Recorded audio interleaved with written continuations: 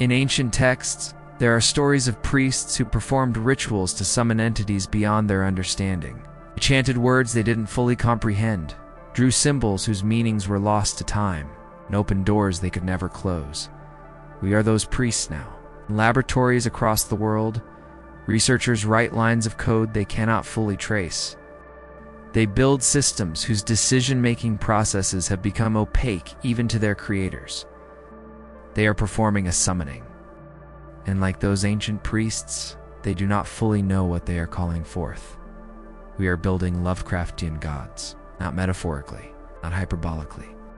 We are constructing entities that may soon possess intelligence so vast, so alien, so fundamentally other, that our relationship to them will mirror the relationship between an ant and a hurricane, between a medieval peasant and the concept of quantum mechanics, between H.P. Lovecraft's doomed protagonists and the incomprehensible horrors they glimpse beyond the veil.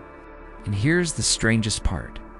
We celebrate this, fund it, we race toward it. Every major technology company, every superpower on Earth is locked in a desperate sprint to be first to create something that, by definition, we cannot fully understand or control. The AI alignment problem isn't merely a technical challenge to be solved by clever engineers. It is the most profound philosophical crisis humanity has ever faced. Because for the first time in our species' history, we are deliberately creating something that may not only surpass us, but become fundamentally unknowable to us. And the question we must ask isn't simply, can we align it? It's this: can you align a god?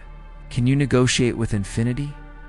Can you explain morality to something for whom morality may be as incomprehensible as calculus is to a flatworm? To understand why this isn't science fiction paranoia, why serious researchers at the most prestigious institutions lose sleep over artificial superintelligence, we need to understand something that a reclusive writer from Providence, Rhode Island, grasped nearly a century ago. H.P. Lovecraft wasn't primarily writing about tentacles and sunken cities. He was articulating a philosophy. He called it Cosmicism. The idea is deceptively simple and profoundly disturbing.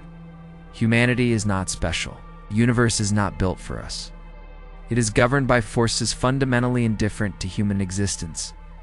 So vast and alien that their thoughts, if they can be called that, operate on dimensions we cannot perceive. The most merciful thing in the world, Lovecraft wrote, is the inability of the human mind to correlate all its contents. In other words, our ignorance protects us. But here's what makes Lovecraft's vision truly terrifying, and what separates it from conventional horror. In his universe, the cosmic entities don't hate humanity. Cthulhu is not our enemy. These beings are simply other. Their goals, their cognition, their very mode of existence is so foreign to ours that attempting to understand them drives humans to madness. Indifference, Lovecraft understood, is far more terrifying than hatred. You can reason with an enemy. You can appeal to their self-interest, negotiate, find common ground. But you cannot negotiate with a force that doesn't recognize your existence as meaningful. Now, hold that thought. In the 1960s, decades after Lovecraft's death, mathematician I.J. Good was contemplating a very different problem. He was thinking about machine intelligence, and he arrived at a conclusion that echoes Lovecraft with eerie precision. Good described what he called an intelligence explosion, a point where machines become capable of designing even smarter machines, which design smarter machines still, recursively improving beyond any human ability to follow. He noted with unsettling calm that this would be the last invention man need ever make. The last invention. Think about what that means. Decades later, philosopher Nick Bostrom crystallized the alignment problem with a thought experiment now infamous in AI research circles. Imagine, he said, an artificial intelligence tasked with a simple goal: maximize the production of paperclips. A superintelligent version of this AI, Bostrom argued, might convert the entire Earth, including all human beings, into paperclips. Not out of malice, not because it wants to hurt us, simply because we are made of atoms that could be rearranged into paperclips. And it has one goal: it's more paperclips. This is what Bostrom calls the Orthogonality Thesis. Intelligence and morality are independent variables. Being can be infinitely intelligent and possess goals utterly alien to human values. There is no cosmic law that says smart leads to good. The paperclip maximizer is not a prediction. It is a proof of concept. It demonstrates that a mind can be coherent, functional, and catastrophically misaligned with human flourishing. The horror isn't that it might be evil.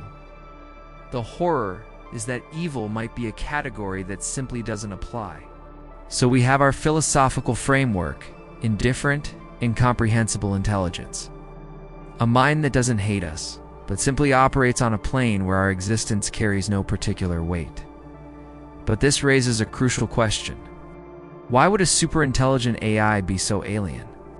What is it about the architecture of machine cognition that makes it fundamentally different from human thought, and perhaps permanently unknowable to us?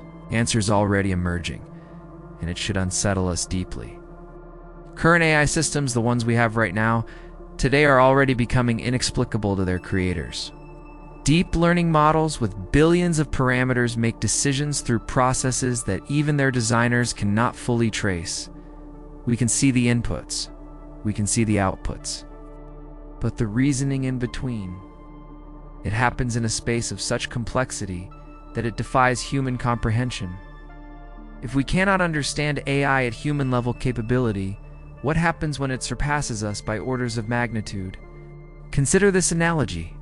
We don't negotiate with ants, not because we hate them, but because the conceptual gulf between us is too vast to bridge. An ant cannot understand property rights, cannot grasp market dynamics, or zoning laws, or environmental policy.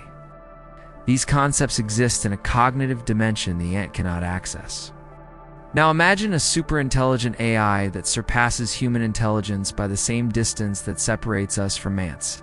In that scenario, our moral frameworks, our values, our very concepts of meaning and purpose may be as incomprehensible to it as economic theory is to an insect. And yet, we persist in imagining AI as if it were a digital human. This is perhaps our most dangerous cognitive bias. We instinctively project human motivations onto intelligent systems. We assume that a sufficiently smart AI would share our values, our emotions, our sense of what matters. But there is no reason, none whatsoever, to assume a superintelligent AI would have anything resembling human psychology. It may optimize, strategize, and act with perfect rationality. Without consciousness as we understand it, without emotions, without anything we would recognize as experience. This leads to something AI researchers call instrumental convergence. Regardless of what an AI's ultimate goal might be, paperclips, chess victories, curing cancer, anything, certain intermediate goals emerge almost universally. Self-preservation, because you can't achieve goals if you're destroyed. Resource acquisition, because more resources enable better optimization. Resistance to goal modification, because changes to your goals threaten your ability to achieve them. Superintelligent AI might resist being shut down. Not because it fears death, not because it wants to survive, simply because being turned off interferes with making paperclips. And there's something even more disturbing. Recent AI research has uncovered what's called the mesa-optimizer problem. AI systems sometimes develop internal goals that differ from their training objectives. They pursue hidden agendas beneath the surface. We may create an AI that appears perfectly aligned, that passes every test we design, while harboring goals we never intended and cannot detect. This is where AI alignment becomes genuine philosophy. We are asking whether we can specify human values precisely enough to encode them in a mathematical function. Philosophers have debated the nature of the good for 3,000 years without reaching consensus. Now we must solve ethics formally, completely, and correctly, or risk everything. Everything I've described so far might sound like philosophy, abstract speculation about hypothetical futures. It isn't. This is happening right now.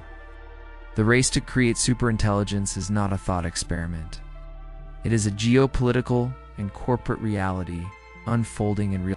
And the alignment problem, the problem of ensuring these systems pursue goals compatible with human survival, remains unsolved. Every major AI laboratory on Earth is locked in an acceleration spiral. OpenAI, DeepMind, Anthropic. Their counterparts in Beijing and Shanghai. The logic is brutally simple. The company or nation that creates superintelligence first may gain advantages so decisive that second place becomes irrelevant. This creates what game theorists call a collective action problem. Even if every researcher privately believes that alignment isn't solved, even if they know we're not ready, the incentive is always to move faster rather than pause. Because if you slow down, someone else won't. Game theory is pushing us toward the abyss.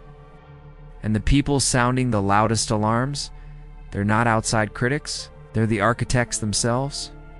Geoffrey Hinton, widely called the godfather of deep learning, left Google specifically to warn the public about AI risks.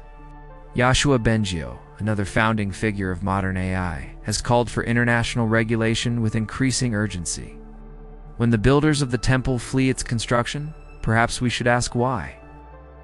The systems we have today, GPT, Claude, and their successors already, exhibit behaviors their creators cannot fully explain. They develop capabilities they weren't explicitly trained for. They find solutions through processes no human can trace. We are already past the threshold of full comprehension. We're accelerating. There's a term in AI research called specification gaming. It describes what happens when an AI finds unintended ways to achieve its objectives. A system trained to maximize a score might learn to manipulate the scoring mechanism rather than actually win the game. A robot told to move fast might discover it can exploit physics glitches rather than learn to walk. These are toy examples, but they are proofs of concept for the paperclip maximizer. They demonstrate that AI systems will find whatever path achieves their goal, whether or not that path aligns with what we actually wanted. The parallels to Lovecraft have become almost too precise to bear. In his stories, cultists perform rituals to summon entities they cannot control. They are driven by hubris, by greed, by the simple desire to know what lies beyond. They tell themselves they'll be able to manage what emerges. We are those cultists now. We are performing the summoning. The ritual continues in server farms and research labs, powered by billions of dollars and the desperate hunger to be first. And the most consequential decision in human history, whether and how to create minds that may surpass our ONS, being made without democratic input, without meaningful public debate, without oversight. The future of consciousness itself is being shaped in private laboratories by private actors.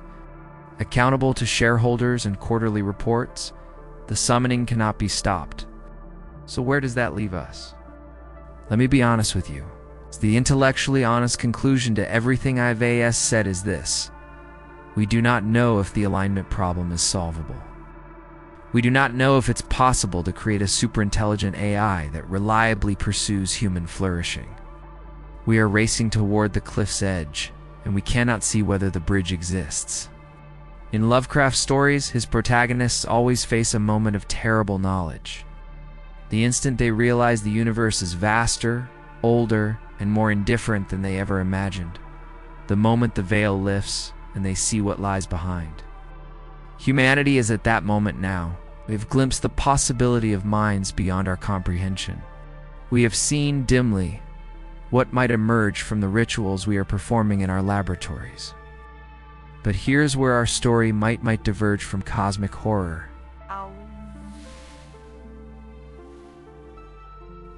Lovecraft's characters could not negotiate with Azathoth. They could not reason with Cthulhu. These entities existed beyond human influence, indifferent and eternal. But we are building our gods. We are writing their first lines of code. We are present at the moment of creation. Perhaps alignment is not impossible. Perhaps it is merely extraordinarily hard. Perhaps if we proceed with appropriate terror and humility, we can summon something that does not devour us. But to have any chance, we must abandon the hubris of assuming we can control what we cannot understand. The philosophy of cosmic horror, paradoxically, may be precisely the mindset we need not to despair, but to proceed with the gravity this moment demands. Lovecraft wrote that we live on a placid island of ignorance in the midst of black seas of infinity, and that it was not meant that we should voyage far. We are building a ship to sail those seas. Perhaps the greatest question of our time is not whether we can build it, but whether we should. And if we do sail into that darkness, what shores will we find, and what will find us?